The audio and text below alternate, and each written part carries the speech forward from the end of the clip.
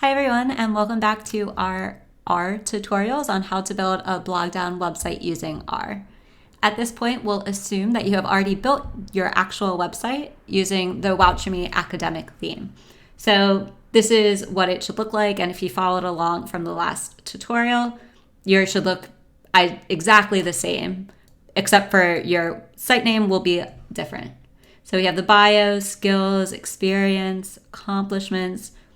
We have our navigation bar at the top where you can click and jump down to the different sections. So yeah, it's pretty cool to take a look and see all of the details that we can have on our website.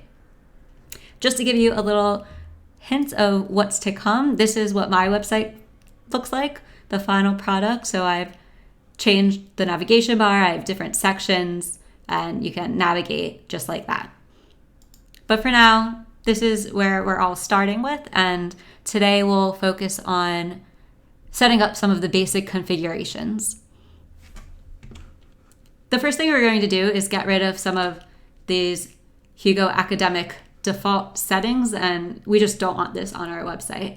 So we're going to open up our folder with our project, and in content and authors, you can just delete this file because we'll just work in the admin and edit that for our bio section. And then in home, there's a couple of files that are just demos that we also don't need. So go ahead and just delete that, and this one as well. And I believe, let's just check what this one is. Yeah, we do not need this. Great. Okay, so now let's open up our project and see what that looks like now that we've deleted those few files. So just to double check, we have our project. We can see in the top right corner, and we have all of our files here. As always, the first thing we're going to do is load in Blogdown and serve site.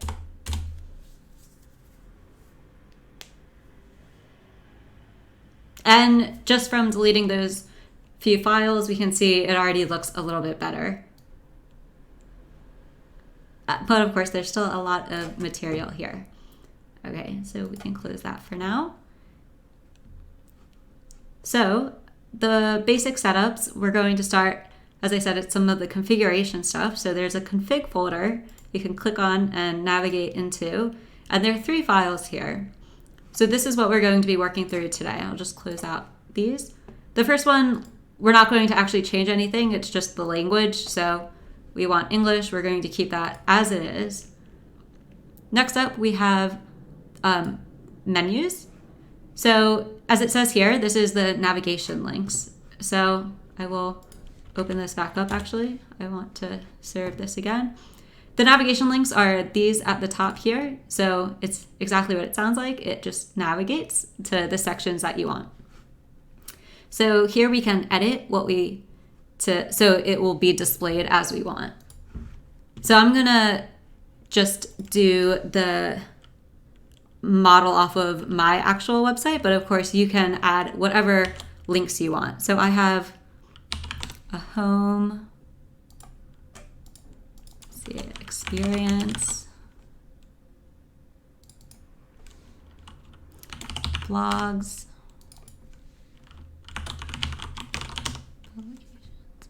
and so I actually don't even need all of these. Oh, I see there's a publication there, so I'm gonna get rid of some, and I don't want this. You can comment it out, I think. Let's test it. Actually, it looks like you can't comment it out because it's a YAML file. So if you don't want something for now, I would just delete it. You can always add more in later. So let's just save this and what it looks like. I think I have to reopen it up. Oh, it's just oh, I see, here it is. So now we have home, experience, blogs, publications, and contact. So that looks good. We've set the navigation bar, so it looks like we want. but one thing to notice is that we've set the names, but there's also this URL argument, and you can see that they all have hashtags that are associated with them. Now, these should all correspond with markdown files in your home folder. So if we go back here and content, home, each one of these will correspond to one of your markdown. So we'll just keep that in mind for now. We'll come back and make sure all of these line up when we start working on the actual content. But just for this tutorial, we just want to make sure that the navigation bar looks the way that we want to. Okay, so again, remember, we'll have to come back and adjust these in the future, but for right now, that's it. We'll leave it as it is. The last thing here we see is weight and this is just to show the order that each of these will appear. So it's pretty arbitrary, but because this is the lowest, home will appear first, and it will just go in order like that. Just for consistency, let's just make it 10, 20, 30, 40, 50. Okay, so we can save that, and that's pretty much all there is to the menus. Just remember, the menus, this is where you come to deal with the navigation bar. So now let's go back to our config file, and the last one we have here is the params. So let's open it up. I'm going to close out of menus, and here, this is where we have a lot more information about some of the basic configurations. So you can see this file is a lot longer, but we'll go through some of the content now. Now, I will say I'm not going to go through every single thing, so by all means, take time and go through this line by line, but there are a lot of really great default settings. So some of it, or a lot of it actually, you can keep as it is. But I'll try to touch on some of what I think are the more interesting and important features here. So the first one is theme. You can see it's set to minimal as the default.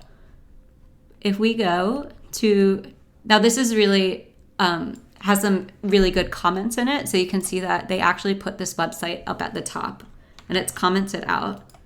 So if we open this up,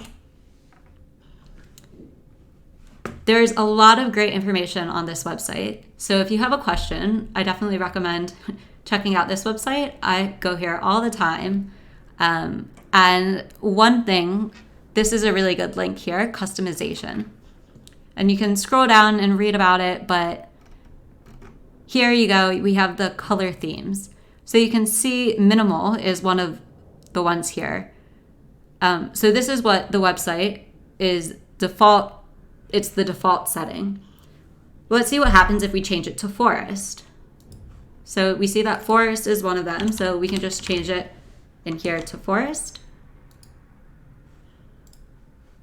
And let's see if did that change? I'm going to, there's a cool feature up here where you can change dark and light. Let's make it light. And now we see that it's green, right? Before it was blue.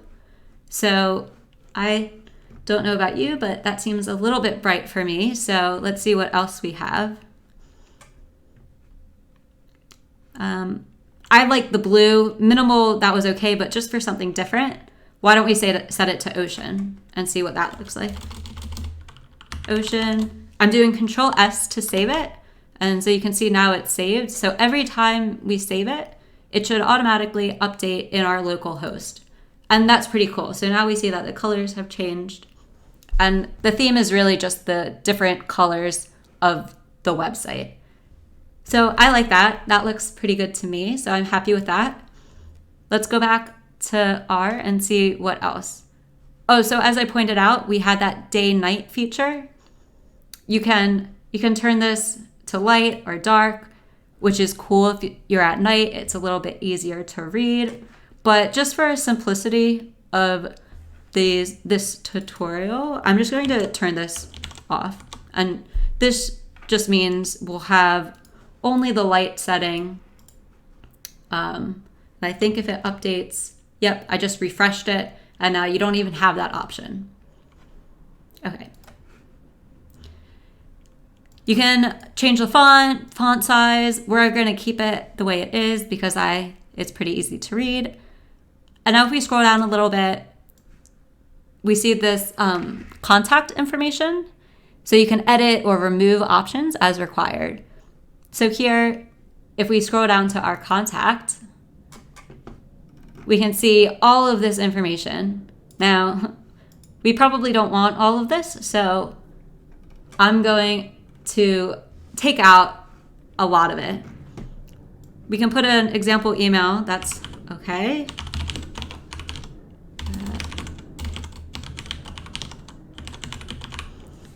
I don't really want to put my phone number. Let's get rid of most of this. Of course, you can keep whatever information you want, but for right now, I'm just going to, can I comment it out? Let's see. Don't know why that wasn't working. You can comment it out just in case you want to work on it or add it in back later, but just for right now, my hotkeys weren't working, so I'm just going to delete it for now. We can see that there are some of these icons, right, for Twitter and Skype and some things I've never even heard of, but just as an example, we'll keep the the Twitter, and actually I know my Twitter, so we can just add it in to JF Sloan. So here we have all of this information about the icon.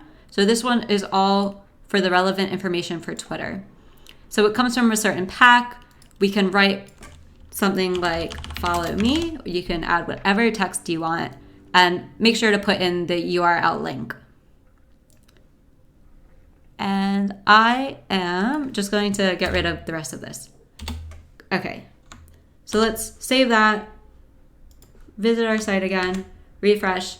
And now this looks a lot cleaner. I didn't need all of that information. I just have my email and we can go to my Twitter page. So that works and looks good.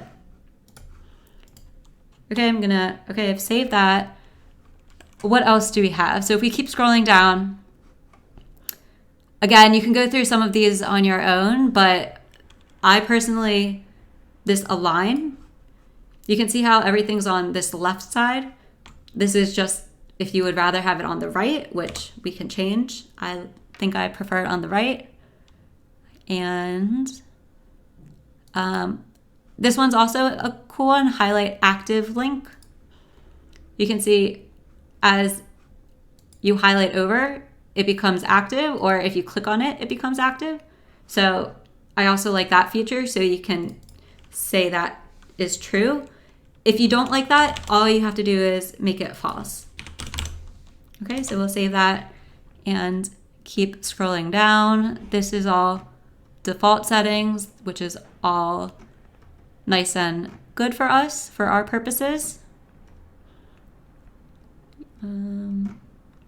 Here we have, so with my personal website, I actually have it set up and linked to Google Analytics, which I may be able to cover in a future tutorial, but just to point out, this is within the Params file. If you have a Google Analytics set up, all you have to do is post the information here. So it's actually pretty simple to do. And I've never used Google Analytics before my website, and I was able to figure it out, so can't be all that difficult. Okay, and the last thing here, we have different, you see icon pack and AI. So that's a little bit confusing, but this, I believe, stands for academic icon. And right now it's set to false. So academic icons, as you saw on the website, we have all these different types of icons here, and some of them are from different packs. And so there happens to be one called an academic pack. And I actually have the link pulled up. So it's just on GitHub, academic icons. These are some of them. You may recognize some of them. I think I use OSF and Overleaf, and there's just a lot of different icons you might be interested in, considering it's an academic themed website. this could be really useful. So anyway, just on the safe side, in case you decide to use any of those icons, we're just going to set that true to be true because it can't hurt anyone.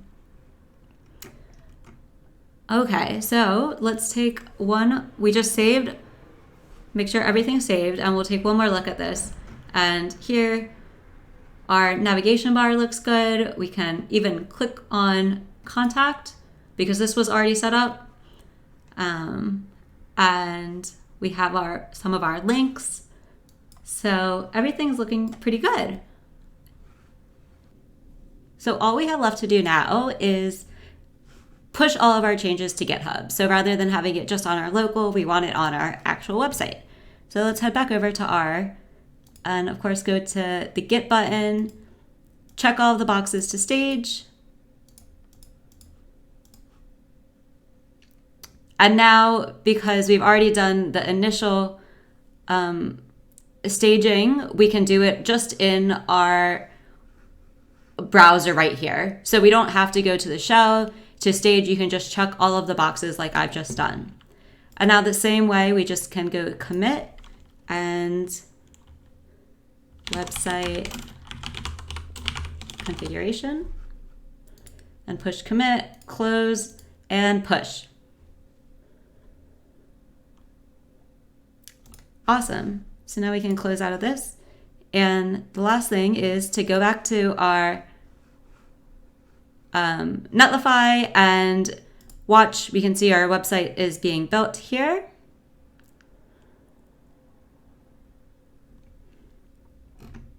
And now it says our website is live. So let's just go back to our website and go here. And here we see our website looks good and all of our changes have been made. So we see the navigation, and at the bottom, we see my email and Twitter account are all there. So there you have it. And join us next time where we will start editing some of the content. So we'll work on modifying the bio.